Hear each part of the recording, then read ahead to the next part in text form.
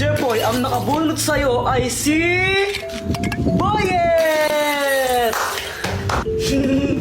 Jepoy, ito yung regalo ko sa'yo!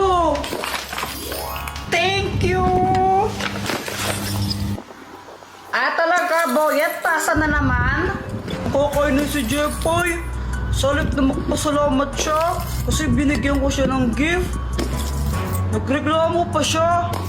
Kaya syempre mabait ako kaya ngumiti na lang ako nung nagreklamo siya sa akin. Alam nyo ba, kahit sa school pag Christmas party namin tapos may exchange gift, laging mag yung binibigay sa akin yan na ni Boyet. Di na siya nagsawa sa pagbibigay ng mag.